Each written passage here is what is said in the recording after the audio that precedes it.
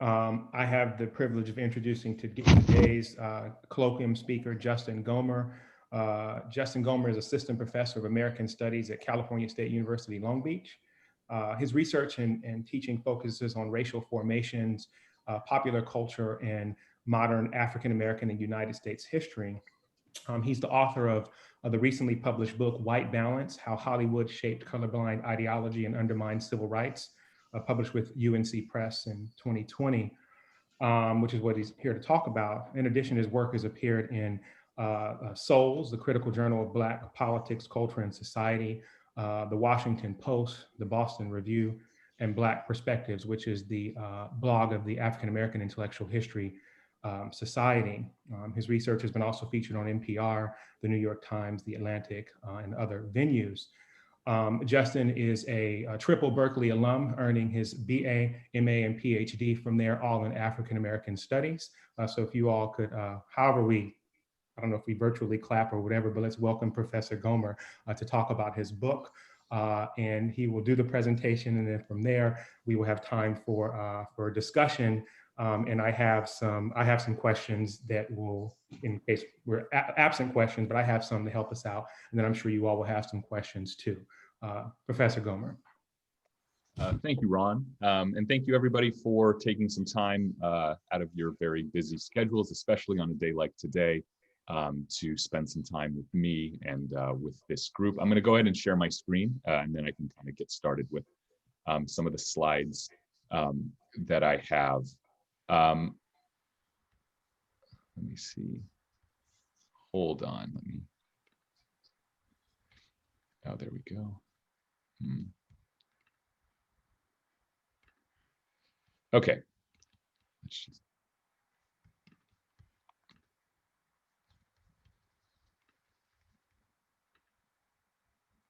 Can everybody see those slides okay?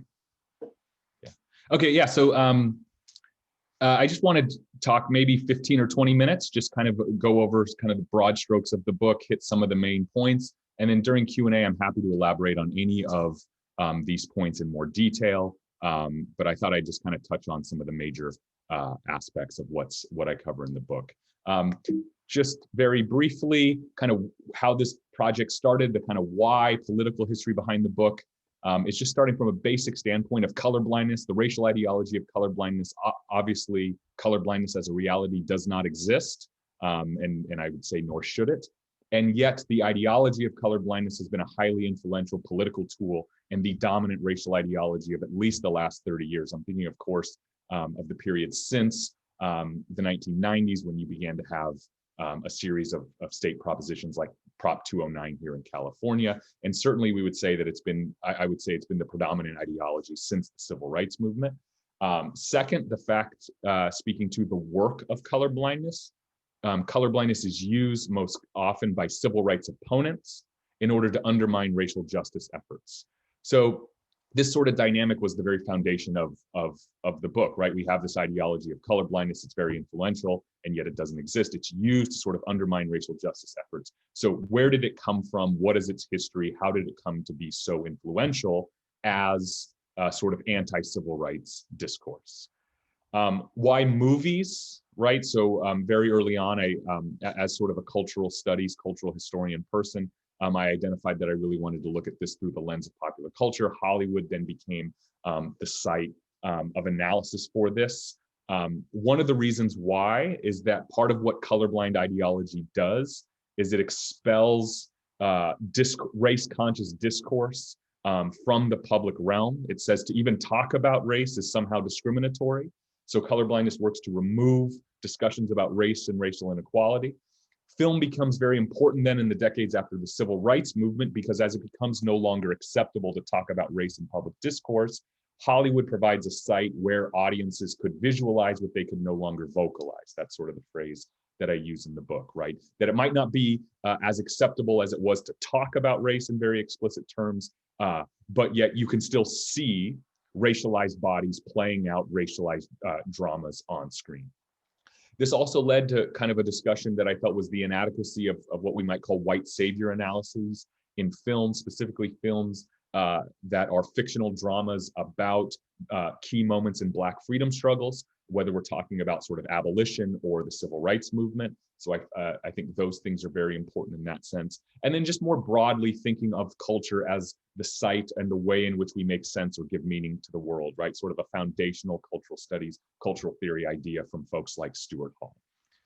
And then all of this kind of falls under the umbrella of looking historically at racial formation theory, of thinking about colorblindness as a sort of current iteration of white supremacy, to think about white supremacy as a much broader racial formation that has had various sort of versions throughout American history, and to think about colorblindness and white supremacy not as the product of one political party, but as a deeply structural element of American society, the creation of which, or the articulation of which via colorblindness, was very much a bipartisan effort, right? So really looking at this through the lens of what we imagine as a quote unquote liberal culture industry, I felt like really helps us better understand the way in which whiteness reasserts itself, historically.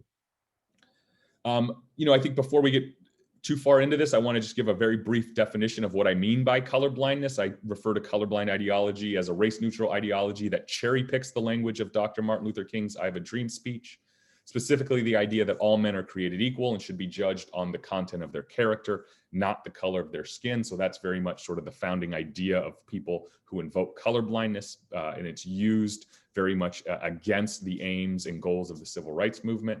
And as I say there, that's used in order to challenge race-conscious government programs aimed at eliminating racial inequality. One other just sort of housekeeping item, I want to really distinguish colorblind rhetoric versus colorblind ideology. One of those distinctions is very much historical. Colorblind rhetoric, you're talking about the period up to the civil rights movement. Colorblind rhetoric, therefore, was held up at times by civil rights rhetoric in a way that was sort of ambitious, as a goal, as a dream, if you will, to work towards a society that was racially just, racially equitable, one in which race did not create the sort of inequalities and power structures that it had since the founding of the Republic. That is very different than colorblind ideology. Colorblind ideology emerges in the late 60s and early 70s, reaches its sort of moment of hegemony in the 1990s. And colorblind ideology is what I've sort of already covered, the idea of using the language of the civil rights movement to mobilize against its very goals. So it's always important kind of as we go through this to distinguish colorblind rhetoric versus colorblind ideology. Okay, what I'd like to do is I'd like to start with just a brief overview of colorblindness before you get the emergence of colorblind ideology in the 1970s. The origin of colorblindness, where you first see it used in a major way to talk about race in the United States, is by Supreme Court Justice John Marshall Harlan in the lone dissent in the Plessy versus Ferguson decision in the 1890s. This group obviously knows Plessy versus Ferguson is what established the legal precedent that separate but equal was constitutional. That decision passed with an 8-1 vote in the Supreme Court. The lone dissent was John Marshall Harlan. He wrote the reason why he opposed Plessy was because, quote unquote, as he quoted, the law is colorblind. And that's really the first time, as far as we can tell, that you have colorblindness, or the idea of colorblindness, used as a way to explain race. Now, it's important to note Justice John Marshall Harlan was not a racial progressive. He was not some sort of champion of racial equality, quite the opposite. But in the Plessy decision, he uses this phrase colorblind to talk about race. You then, in the early decades of the 20th century, have, at times, civil rights activists, civil rights attorneys using the language of colorblindness to challenge Jim Crow segregation. That then you see that reaching a very kind of pivotal point in 1954 with the Brown versus Board of Education decision, which nullifies Plessy versus Ferguson, creates the legal conditions for the dismantling of Jim Crow, and basically rules that Justice Harlan was correct, right? That the law is colorblind, right? So again, colorblindness is used in this sort of ambitious way as a goal and as a strategy to dismantle Jim Crow segregation up through the 1950s and 60s. As I mentioned, the high watermark for colorblind rhetoric then is Martin Luther King's "I Have a Dream" speech in August of 1963. What happens then as you move from the middle 60s into the early 70s, colorblind rhetoric and colorblind discourse is really all over the place. You have folks from a wide range of racial and political positions using colorblindness in various ways. So you begin to have, for example, conservatives starting to use the language of colorblindness in order to mobilize against civil rights programs. A group of people that would become very popular and an argument that would become very widespread a decade later. You have even kind of radical Black activists, right? There's an argument or a debate that goes on in newspapers in the late 1960s between Kwame Ture and Stokely Carmichael about the question of race, where Kwame Ture argued that Black activists needed to organize as Black folks primarily to work to dismantle white supremacy. Stokely Carmichael writes an op-ed rebutting Kwame Ture's argument, saying we need a multiracial coalition that is colorblind to fight white supremacy. And then somewhere in the middle, you have some moderate governors, right, using the language of colorblindness to advocate their own political positions. So the takeaway being that as you enter the 1970s, colorblindness is really all over the place. It's not tied to a single political agenda. It's not tied to a single racial group or anything. It's invoked occasionally from a wide range of political positions. What begins to sort of coalesce colorblindness around an anti-civil rights agenda are two issues: school integration, or what is often referred to as busing, but I want to make the point very clear that the language of busing is used as a way to try to get people to be against school integration, right? The reason why busing orders are put in place is because school districts refuse to integrate. So school integration is one of these issues. The other issue is affirmative action. And as school integration and affirmative action, two legacies and victories of the civil rights movement, continue in the United States into the middle of the 1970s. You have white suburbanites primarily mobilizing against affirmative action and against school integration, and using the language of colorblindness to justify their opposition. These were white suburbanites in places like Boston, in places like Mecklenburg County in North Carolina, and they saw themselves as different, separate from the Southern segregationists a decade prior, right? So they did not see their opposition to civil rights as similar to or in line with Southern segregationists like George Wallace.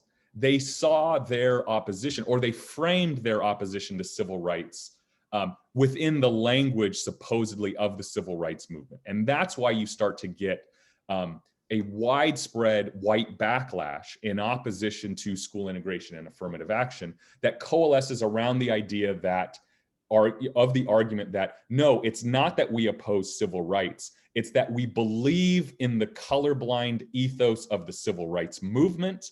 And that colorblind ethos says we should not consider race explicitly in public policy.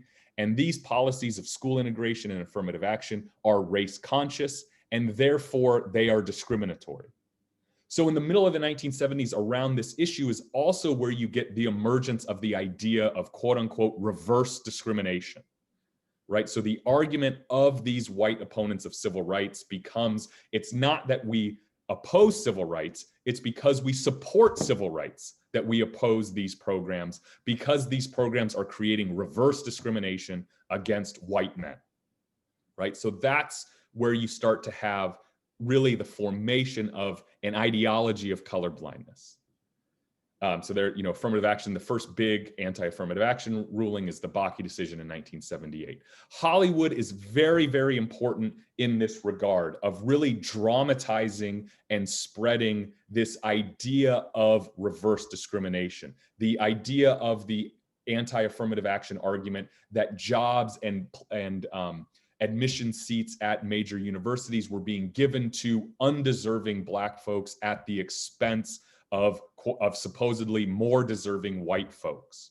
And you see that sort of backlash politics play out in a film like Rocky, which was the highest grossing film of 1976 and remains this iconic movie in the American zeitgeist. Rocky is very much it very much relies on the backlash politics of the 1970s to create drama, to create heroism, and to create villainy. So Rocky Balboa, right, is the Italian stallion. He is not the Italian-American stallion. He is, and so the film sets up this idea that the white working class or white folks have been left behind, have been abandoned by their country, that Rocky Balboa cannot claim to be the Italian-American stallion. He is just the Italian stallion. Whereas his opponent, Apollo Creed is the African-American that gets to lay claim to America. I don't know how many of you have seen the film or seen the film recently, but in the climactic fight, Apollo Creed enters the arena dressed as George Washington. He then gets into the ring and changes his costume into an Uncle Sam costume, and he fights the final fight in American flag trunks. You compare that to the fact that throughout the film, Rocky Balboa is the hardworking fighter who humbly works hard and trains. He's the one we see doing one-handed push-ups, jumping rope, drinking raw eggs, running through the streets of Philadelphia. All he does is work hard. All he does is train. You juxtapose that to the fact that Apollo Creed never lifts a weight, never works a speed bag, never does a single push-up, never does anything to train for the fight. He spends the entire first hour and a half of the movie practically just trying to make money off of the fight. So the film juxtaposes the humble, hardworking, white working class fighter against the lazy, opportunistic, undeserving black fighter. It gives all of these sort of claims of American identity, all of the sort of iconography of American patriotism to that supposedly lazy, undeserving African-American at the expense of the hardworking, white working class fighter. And so there's many, many other examples that I could point to, but really the drama of Rocky relies on racialized notions of hard work and heroism contrasted with notions of black villainy. And the film never makes explicit mention of race. This is why I refer to the film in the book as Rocky Balboa as the first hero of the age of colorblindness. And that is because the film relies very much on backlash sentiment. It relies very much on the discourse of colorblindness implicitly to create the drama on screen. And yet the film never makes mention of race. It never refers to racial identities of people and so on and so forth, right? Nobody ever directs a slur against Apollo Creed. And yet this is why Hollywood is so important, because we see the film playing out in very racialized terms. It doesn't have to name the white fighter or the black fighter. We see it happening. So that's the kind of first instance of that point I mentioned earlier, that as race is sort of expunged from public discourse, you can still see racialized dramas on screen through a film like Rocky. Colorblindness and neoliberalism become very important. At this point, the 1970s also sees the rise of neoliberal economic policies and their growing influence from the margins of American society decades prior, really into the mainstream when an economist like Milton Friedman wins the Nobel Prize in economics in the middle of the 1970s. But what you also see within that, I think that there's this sort of mutually constitutive effort or relationship between neoliberalism and colorblindness. Because colorblindness provided the racial logic of neoliberalism, because neoliberalism, of course, argues that the government should stay out of as much activity as possible. So neoliberalism makes this argument that the way to get rid of prejudice is to remove all of the inhibitors of the free market, right? That if you eliminate obstacles to the free market, racial discrimination will just vanish into thin air. And so the appeal of neoliberalism, I think, was very much rooted in part in the emerging ideas of colorblindness, which advocates of colorblindness insisted that the government had gone too far in intervening in matters of racial inequality, to the point that they had created, again, the so-called reverse discrimination of white folks. Colorblindness then enters the Oval Office with the election of Ronald Reagan. Ronald Reagan had spent his entire career as an opponent of civil rights. He opposed the Civil Rights Act of 1964. He opposed the Voting Rights Act of 1965. When he runs for governor of California in 1966, he promised to protect a law that allowed white homeowners to discriminate in who they sold their homes to. He referred to inner cities in California as jungles. He has a long history of kind of racist politics. However, he's elected president in 1980, in part because he promised a rigid commitment to colorblindness, which meant that he would work to eliminate affirmative action and eliminate orders to integrate schools. Coretta Scott King, the widow of Dr. Martin Luther King, in the lead up to the 1980 election, said, if Ronald Reagan is elected president, it will mark the return of the Ku Klux Klan to the White House, right? That point will become important here in a minute. The early years of the Reagan administration and the rise of the war on drugs is really played out in Rocky III. I'm going to kind of leave that for now, but if you want more Rocky content in the Q&A, I'm happy to talk about Rocky III, where you have the transfer of the American flag trunks from Apollo Creed to Rocky Balboa.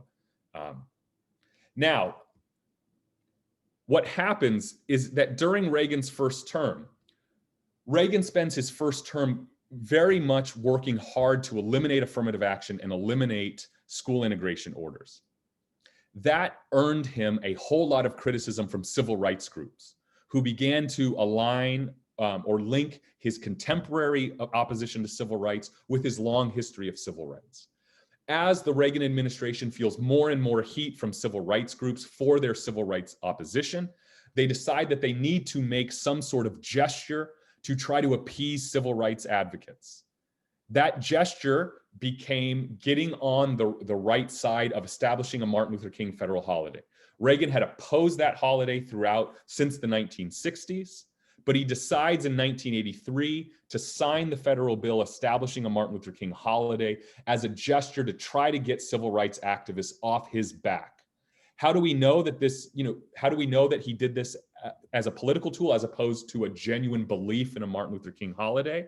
Well, if you look in the Reagan archives, there's a letter he sends to the governor of New Hampshire, Meldrum Thompson, Republican governor who writes to Ronald Reagan saying essentially, how could you set a holiday for Martin Luther King? We all know he's a communist. Reagan responds to Meldrum Thompson and says, the reason why I did this has nothing to do with who King actually was. It has to do with the idea of who King was that many people believe. So he openly admits this isn't because he believes in a Martin Luther King holiday. He's just using it as a political strategy. That strategy becomes not only to appease civil rights activists, what it allows Reagan to do is from that point forward, from 1983 till the end of his presidency, anytime his anti-civil rights agenda was critiqued, anytime people pointed out the sort of racist politics of the Reagan administration, what Reagan would do is he would always respond with a quote like the one you see.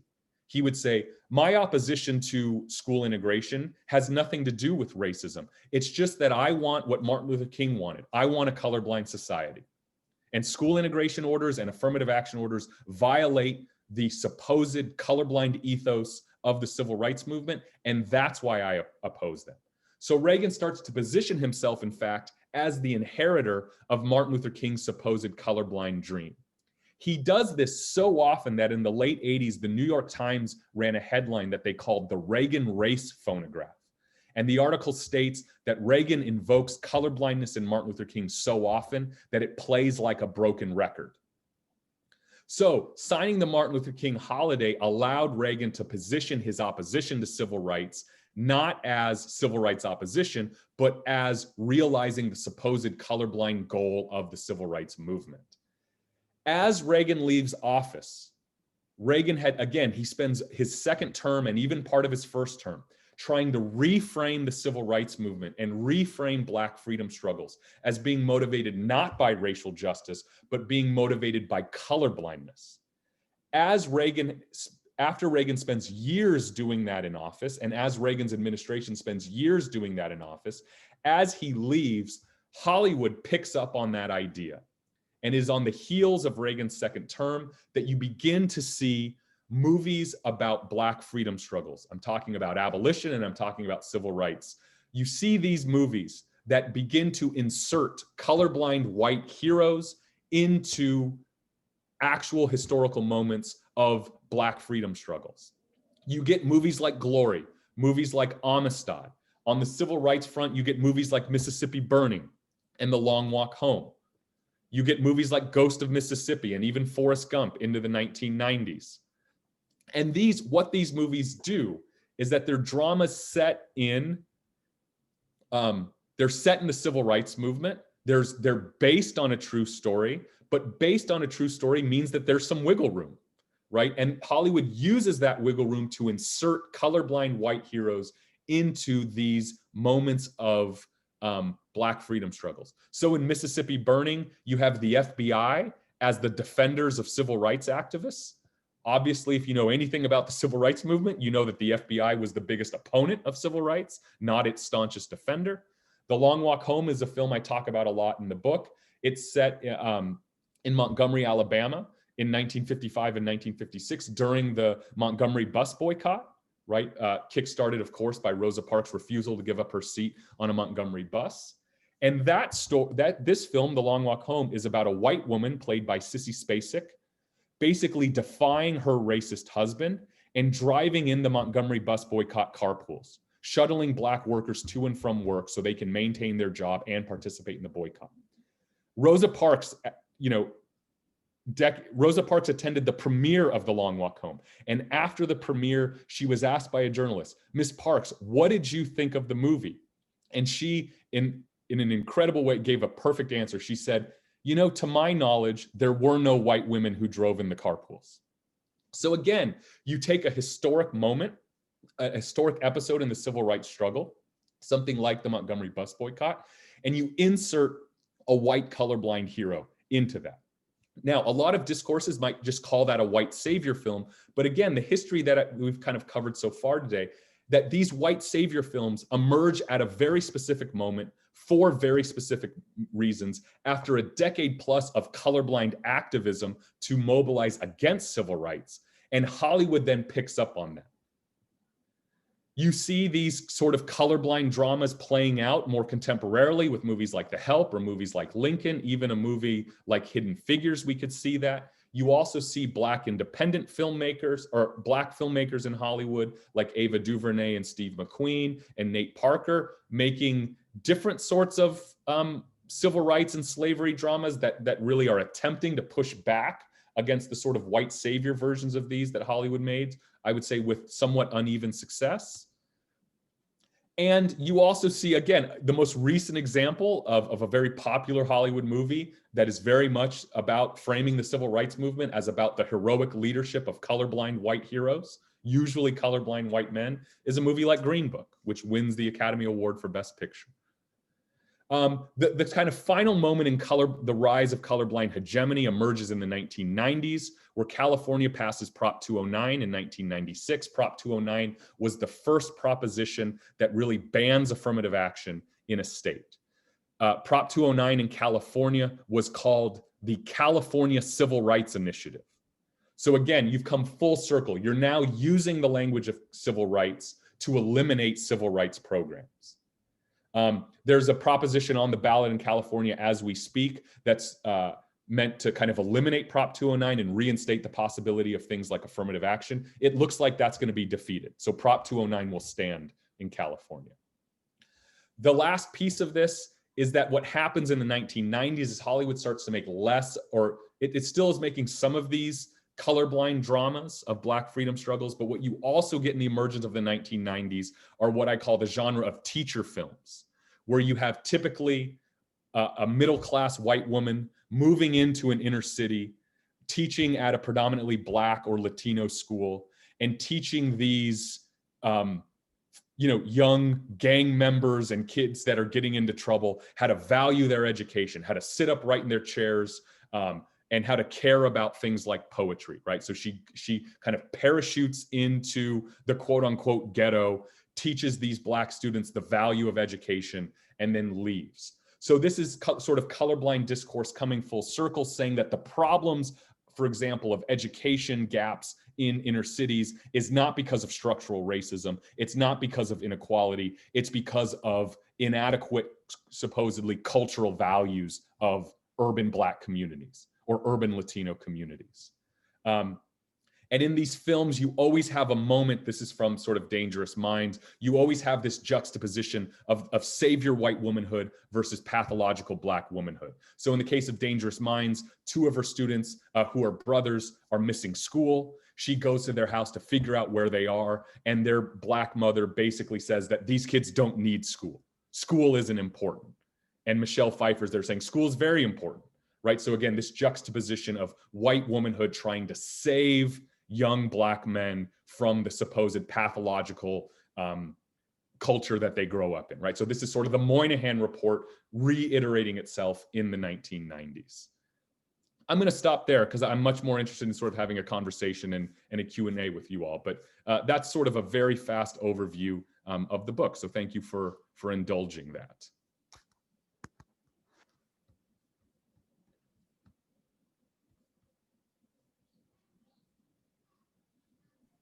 Oh, and I'm sorry, I said Kwame Ture and Stokely Carmichael. I meant Kwame Ture and Eldridge Cleaver. Obviously Kwame Ture and Stokely Carmichael are the same person. My apologies for getting that wrong every single time. Yeah, Kwame Ture and Stokely Carmichael. I'm sorry, that was a slip of the tongue that I made multiple times. So I apologize. That's an embarrassing mistake there. Well, again, thank you so much for what you've offered so far. We want to open it up to questions. Anyone who has them, if you can use the hand raising feature, because I think there are more people on here than my screen will allow at first. We can go from there.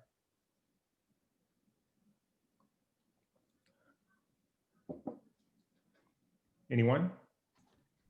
Yes. Oh, Professor Clegg. Yes. Hey there.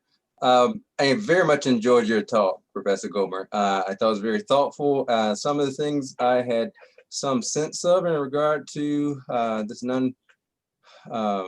colorblind ethos being used and abused for all sorts of purposes. But you really, I think, laid out in a very clear and thoughtful way the sort of genealogy of that. I'm sure that you have done this before, because there have been others who probably would have pressed you to do it.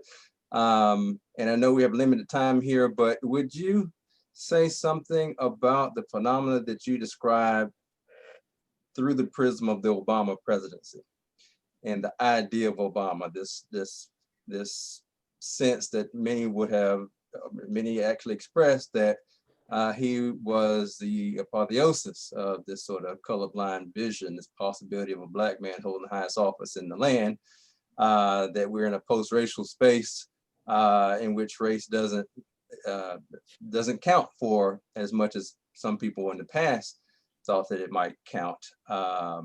And the space in which, Obama himself, I think he wants people to think more hopefully about race and so forth. He actually is a critic of this sort of colorblind thesis. But I think that certainly he plays, and people have positioned his presidency in that narrative of this sort of race doesn't matter or doesn't matter as much, and that people are seeing beyond color and so forth. What happened last night, of course, challenges that narrative. But in regard to the Obama moment, position juxtaposed to what you just talked about, just your thoughts on whether it changes the premises of what your work is, or it confirms the premises of your work. Yeah, thank you so much for your comments and your question. Yeah, so I think one of the distinctions, a couple of things to say about that. One of the distinctions is the Obama presidency, that's where you have a moment of, there was thought, right, that maybe what you saw with the election of Obama was the end of the era of colorblindness and the beginning of an era of post-raciality, right? Obviously, what you see in 2016 with the election of Donald Trump is a very aggressive backlash to that. And I would argue that what the election of Trump revealed, and what you had really seen throughout the era of colorblindness, whether you're talking about Reagan's war on drugs, even sort of Clinton doubling down on the war on drugs with sort of his 3 strikes law and what have you, that what you see is that colorblindness was always a very thin veneer covering up a very sort of strident anti-Blackness that persisted after the civil rights movement.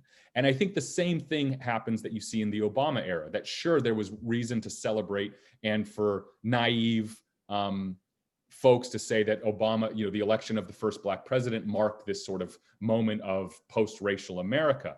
But yet you quickly see the emergence of alongside, you see the emergence of the birther movement, the emergence of the Tea Party. And so again, what you always have is that any sort of appearance of post-raciality or of colorblindness, it always sort of masks a reassertion of white backlash and white supremacy.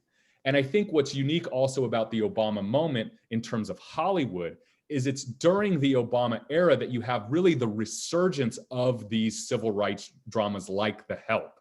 So these civil rights dramas were very popular in the 80s and 90s. They're less popular in the early 2000s, but with the election of Barack Obama, Hollywood basically finds reason to kind of reanimate those sort of colorblind civil rights dramas, right, in the age of Obama. To say, see, as a country, to take The Help as an example, see, we've elected a Black president, we've moved beyond race, and there was always this colorblind white ethos. And you can see that through The Help with Emma Stone's character. And that's what I think these films really do, is that they always dramatize competing notions of white masculinity, right? So the point of these civil rights dramas or these slavery dramas is not to say, look, all the white people are colorblind. It's always to show you that there is a colorblind white hero and there are racist white folks. And what these Black freedom struggles were actually about, Hollywood would have you believe, is colorblind whiteness defeating color-conscious racist whiteness, right? So you always have the colorblind white hero going against their racist friends in the civil rights genres. In The Help, it's Emma Stone defying her parents and her friends to defend civil rights and defend colorblindness. So you do see this playing out in similar ways in the Obama era, but certainly it kind of takes on a little bit of a different turn with the rise of sort of birtherism. And then certainly with, the 2016 election, I certainly think would mark the end of any sort of appearance or even claim to colorblindness. Thank you. Sure. Other questions? Well, I'm going to offer something. Professor Gomer, one of the things we talked about when we chatted yesterday was Chris Rock's comment, and I don't know how recent it was, but it was something that he said, I hate all civil rights films. And I was thinking, like, is this some conservativeness that we're going to hear from Chris Rock, because he can say some off-color things. But I listened to what he had to say, and he said, well, because what they do is they dilute what really happened, right? They help us to, they make it possible to, basically he said they don't get it right, because Jim Crow was far worse than toilets and water fountains. And so I think about this in the context of, sort of who these films are for, and the, what they get wrong, and in many ways how they purchase racial reconciliation for whites, and they do it on the cheap. And them as sort of capitalist projects, so I don't know what you thought you had about that. I know you had some ideas about that when we spoke yesterday. Be interesting to hear, if you reflected on that a little bit more. Yeah, I think Chris Rock's impulse is right. I think but I think the reason why is really complex, right? And what I would say is the reason why all civil rights films in Hollywood do a terrible job of actually representing the realities of the civil rights movement and the violence of Jim Crow is because they're not supposed to do that. Civil rights dramas and Hollywood dramas about slavery are about whiteness. They are sort of, civil rights provides the backdrop to create these dramas of white heroism, of competing notions of whiteness, and to show the triumph of colorblind white heroism. And so by definition, that requires the dialing back of racial violence, of various sorts when you're talking about these moments. So the entire genre is going to frustrate somebody like Chris Rock, because it's not about what he wants it to be about or what it should be about.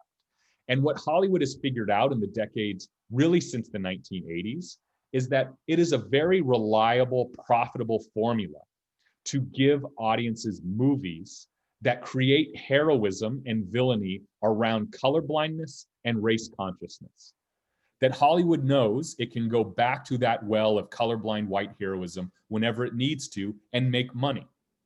And one of the things that Hollywood is not a very innovative industry. The easiest way to get a film greenlit, right? If you all were filmmakers and I was the head of a major studio, if you wanted money to make a movie, the easiest way to do that would be to come tell me to say, my movie is basically a different version of this movie. And if the movie that we're referencing made a lot of money, then I'm more likely to fund it, right? So the way you get money in Hollywood is to say, this movie made a lot of money, I'm doing a little twist on that. If you come in and you're somebody like Barry Jenkins, and you say, I want to do something that's unlike anything Hollywood has ever done. It's not going to be paced the same way. The narrative structure is going to be different. It's going to look different. The cinematography is going to be different. It's very hard to get money for that. It's much easier to say, I'm going to do The Help, but with Black scientists and make Hidden Figures. And I'm going to have a scene in there where Kevin Costner takes a baseball bat and destroys the segregated restroom sign, which never happened. Because that's what the film's about. It uses the backdrop of actual moments in the history of the civil rights movement to offer representations and the triumph, supposedly, of colorblind white heroism. So accuracy is not the point, right? These are based on a true story. And that wiggle room that you have in based has always been used in Hollywood, or has been used since the late 1980s in Hollywood, to amplify and create and invent colorblind white heroism, and to position that as the driver of change in the civil rights movement. Okay, other questions? I have a question. Go for it, Professor Register. Listen, I enjoyed your talk, and I very much think you're right on the mark in terms of how these films are deliberately constructed. But I also wanted to add that a part that cannot be forgotten is that while these films are made primarily for white audiences, there's a scholar named Milan Kundera who talked about organized forgetting. And he suggested there's a deliberate attempt to distort the history, erase marginalized groups, their history, and certainly somehow distort their memories as well. Mm-hmm. So even though these films are promoting a colorblind agenda, what do you think about Kundera's premise about organized forgettings, which means that they are targeting these very audiences that they are exploiting at the same time in order to promote this sort of colorblind ideology? Thank you for the question. I would completely agree with that premise and that framework. And in that sense, and this is something that I talk about in the book, I very much think of these Hollywood dramas of Black freedom struggles as very much part of the broader conversation that we see today playing out, for example, with things like monuments, right? That just as you throughout the South and other parts of the country where you've had all of these Confederate monuments that have helped to sort of erase the violence of the antebellum era, have worked to sort of erase the agency and organize and the kind of fight of Black folks to sort of liberate and emancipate themselves, that Hollywood is playing a part of this, because Hollywood is offering the screen memory of a supposed colorblind civil rights history that works to erase the agency of Black folks in sort of liberating themselves, right? In defeating, at least in sort of a legal way, defeating white supremacy. And so for me, these Hollywood movies function very much in the way that monuments function. And for me, the question of memory is essential to the rise of colorblindness, because as I talk about in the book, what I ultimately say about these Hollywood dramas is that with no actual colorblind history to look back on and to cite, Hollywood provided the so-called historical evidence of our colorblind past, right? So it works to kind of erase the violence of Jim Crow. It works to erase the explicit white supremacy of our past. It works to erase the agency of Black folks and Black intellectuals in order to provide the screen memory of a past that doesn't exist, but needs to exist to justify the colorblind assault on civil rights.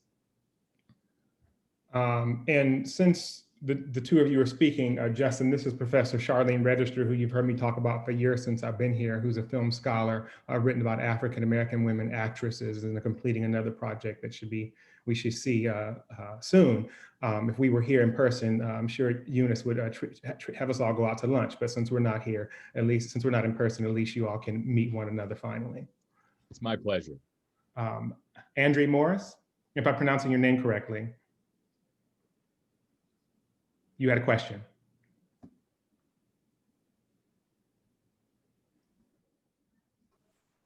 Sorry, I just had a technical problem there. I've actually put my question in the chat. I was thinking about Janelle Monáe's performance at the Oscars this year, because of course, when we think about Hollywood, we're not just talking about the films, we're also thinking about the stuff that's around it.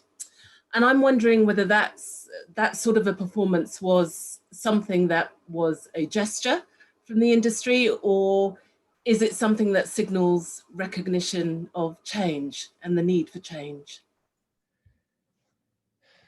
Yeah, I think a performance like that, if I'm bringing it back to a film, makes me think of a movie like Moonlight, right? And for me, Moonlight, when it wins the Oscar for Best Picture in 2018, which it almost didn't, right? Because as you recall, they read the wrong name. They said La La Land, and La La Land almost got out of there with the trophy before they could fix the problem. But Moonlight was another one of those moments where you could, if you were reading Hollywood very optimistically, say, Moonlight is a movie unlike any other movie that Hollywood has ever given an award to.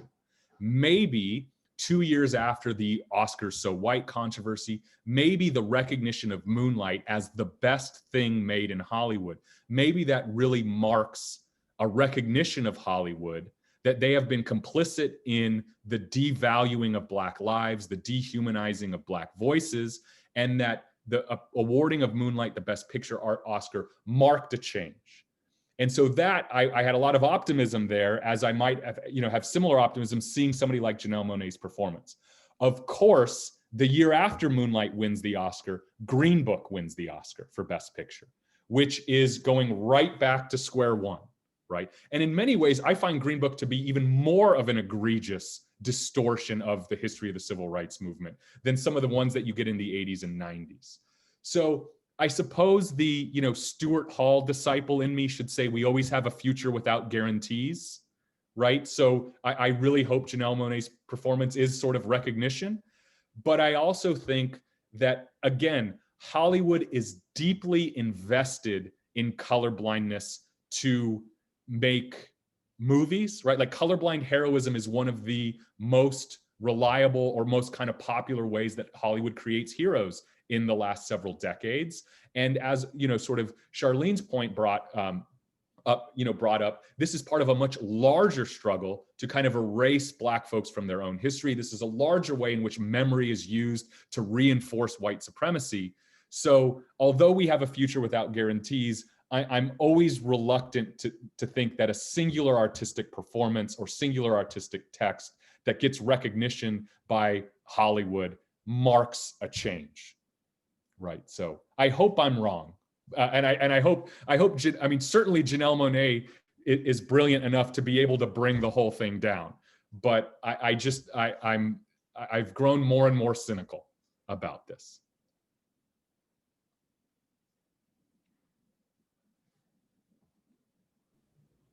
Other questions?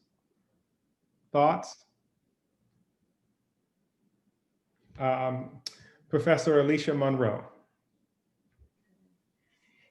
Thank you so much for your talk today. And as I listened, I work on Brazil as a historian. And so of the whole time, of course, I'm thinking about the ideal of the myth of racial democracy. And of course, we talk about it as a myth because we know that in Brazilian culture and history, this idea associated with Gilberto Freire says that there is no discrimination socially, economically. So at the heart of Brazilian national identity, we get this sense of color blindness, and we kind of know the impacts of that. So it suppresses people's ability to articulate, to have public space to articulate ideas because they get read as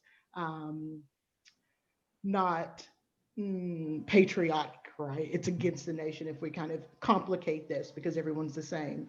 So I guess one of the things that I was thinking about during your talk is how far, I don't know, how far you follow your movies.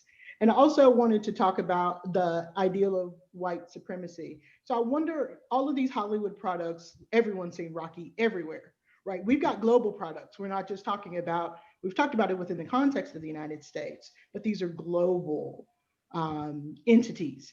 And so I was thinking, have you considered with global audiences for all of these films, the implications, how you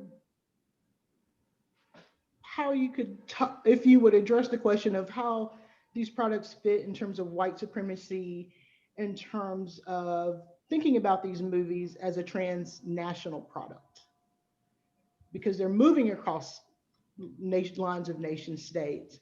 And if we're thinking about white supremacy in the way it's materialized, again,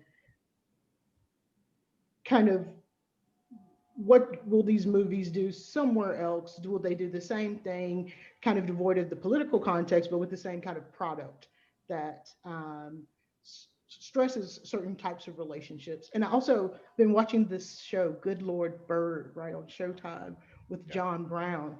And it's a complicated presentation. And so what do we do with a real hero? Because you've kind of argued that we don't actually have real heroes that we might emphasize or come to. So if we have someone, how do we make sure that, right, he doesn't get treated in a way that's foolish enough to actually take him out of being a hero, or if he is a hero or not? So those were just kind of two things I thought of as you kind of completed your talk. Thank you so much. Thank you for those. I mean, thank you for that. So in terms of following these particular films from this project globally, I don't do that. And there's certainly a ton of really interesting stuff that could be found following those things.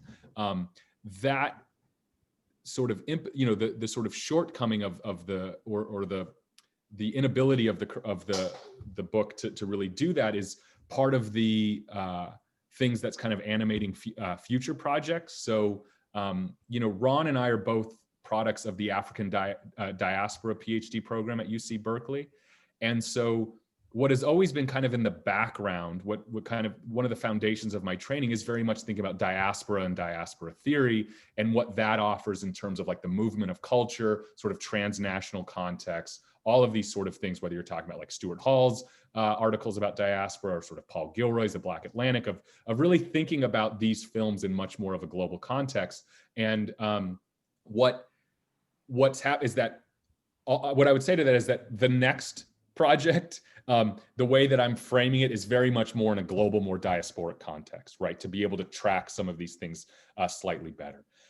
In terms of the Good Lord Bird show, I think one of the things that I would say is the fact that you see John Brown in a show like the Good Lord Bird. I do think recently one of the things to keep to track is it does appear that television, and specifically what we would call prestige television, so whether you're talking about Showtime or HBO, has created spaces to do more complex things around race that go against the sort of colorblind norm of movies. So I'm thinking, for example, of a show like Watchmen, right? Or even going back to a TV show like The Wire, or thinking more contemporarily of a show like Lovecraft Country.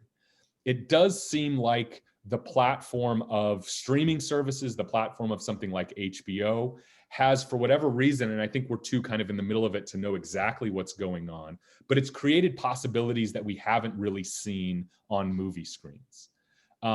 And so what I think then the third part of your question about what do you do with actual heroes, how do you make sure that they don't become sort of whitewashed or softened in various ways.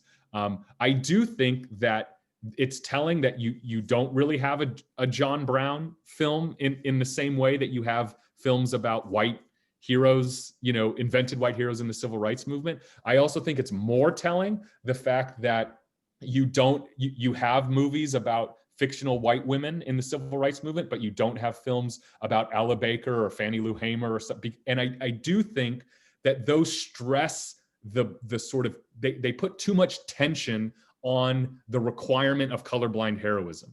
And so what you'd rather do, and this is kind of another phrase I use in the book, is that Hollywood audiences find fictional white heroes more appealing than actual Black ones.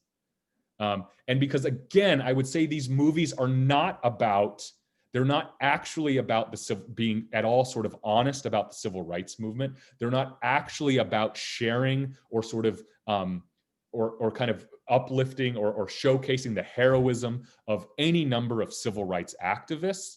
They are simply about using the civil rights movement as a platform or as a stage to showcase the invented idea of colorblind white heroism. And so I think any movie, and I think that's an example of this is even when you have a white hero of how it does, a Black hero, how it doesn't really work would be like 42, the Jackie Robinson movie. That movie really isn't all that much about Jackie Robinson. It's just as much about Branch Rickey, the white owner of the Dodgers, who had the courage and the colorblind heroism to bring Jackie Robinson into the Dodgers organization. And so Branch Rickey's played by Harrison Ford. So you imagine, the highest paid actor in that film is not the late Chadwick Boseman, it's Harrison Ford. And so again, you're using what should be an incredibly engaging movie about Jackie Robinson, and you're making him share the screen, at least half of the screen, with this supposed colorblind hero, Branch Rickey. So everything has to sort of bend towards the norm when it comes to Hollywood. So that was a really kind of scattered way of addressing what were much more coherent thoughts from you, Alicia, but I hope that maybe did so in some capacity. Thank you so much for that. And the distinction between film and television thank you. Yeah. While we have exhausted our time and we will wrap up momentarily, we did have a question from one of our undergraduates. And so Catherine Clark, you put it in the chat, but I wanted to give you an opportunity to speak for yourself. And we perhaps have Professor Gomer take a stab at responding to that, and then we will adjourn. So Catherine, you want to mute yourself and state your question? Hello, Professor Gomer and everyone. Thank you again for your presentation today. I also enjoyed it. But so I was wondering, I guess, with all the how you laid out colorblindness, rhetoric, and ideology, and kind of looking at what we're experiencing, especially with these election results, which are, in my opinion, ridiculously close. I know there's been mention of like this blue wave that I don't actually see where that is happening, but tying it in with what you brought up in your presentation, I was just thinking about how Trump as a public political figure and thinking about the significance of film and movies and people's, I guess, ideas, right, of how you mentioned Rocky and these concepts that are kind of ingrained in us without using those terms about race or slurs and so forth. Just kind of thinking about how people form these ideas and opinions and how that connects to the way people are voting. How does that, I guess, moving beyond Hollywood, just like Hollywood is such this big influence, and so I don't know, it's on one hand, it's upsetting to see the results are so close, but I'm trying to relate it to this idea of colorblindness. Like, has Trump been playing that card? And if so, how does that work if he doesn't denounce the Klan, but he does denounce Black Lives Matter? Like, how does that make sense? Yeah, I think I know I think that makes sense. What I would say is that the link between colorblindness and Trumpism is just sort of the revelation of what has always been there, but I think is now very explicit, is that any claims to colorblindness are just a very thin veneer on top of very explicit white supremacy. And that in fact, those two things, whether it's white supremacy in presenting itself as colorblindness or white supremacy presenting itself as the alt-right or the Klan, that those things serve the same interests, and those interests are white supremacy.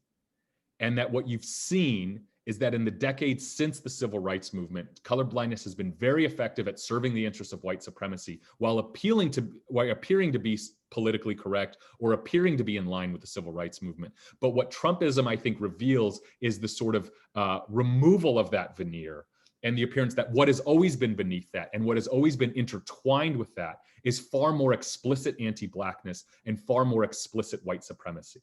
And so in terms of the work that those things do to reinforce racism, to reinforce racial hierarchies, is that they've always been aligned. And this is part of the reason why I think Hollywood is so important, because it shows us that white supremacy is not a Republican versus a Democrat thing. White supremacy is a white thing. And it brings together conservative, it brings together the Klan and supposedly white liberals and progressives that work in Hollywood. Right, that you see the alignment there and the hegemony there of whiteness. Does that maybe answer your question? I think so, and I think it goes back to this quote that I always mess up, but something about the master's tools not dismantling the master's house.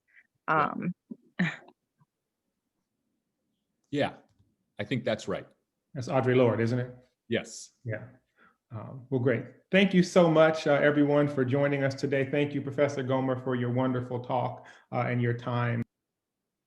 Again, It was a pleasure being with you all. Thank you so much, especially on a day like today, for finding the time. I really appreciate being with you all. And I hope we have the chance to meet in person at some point in the future.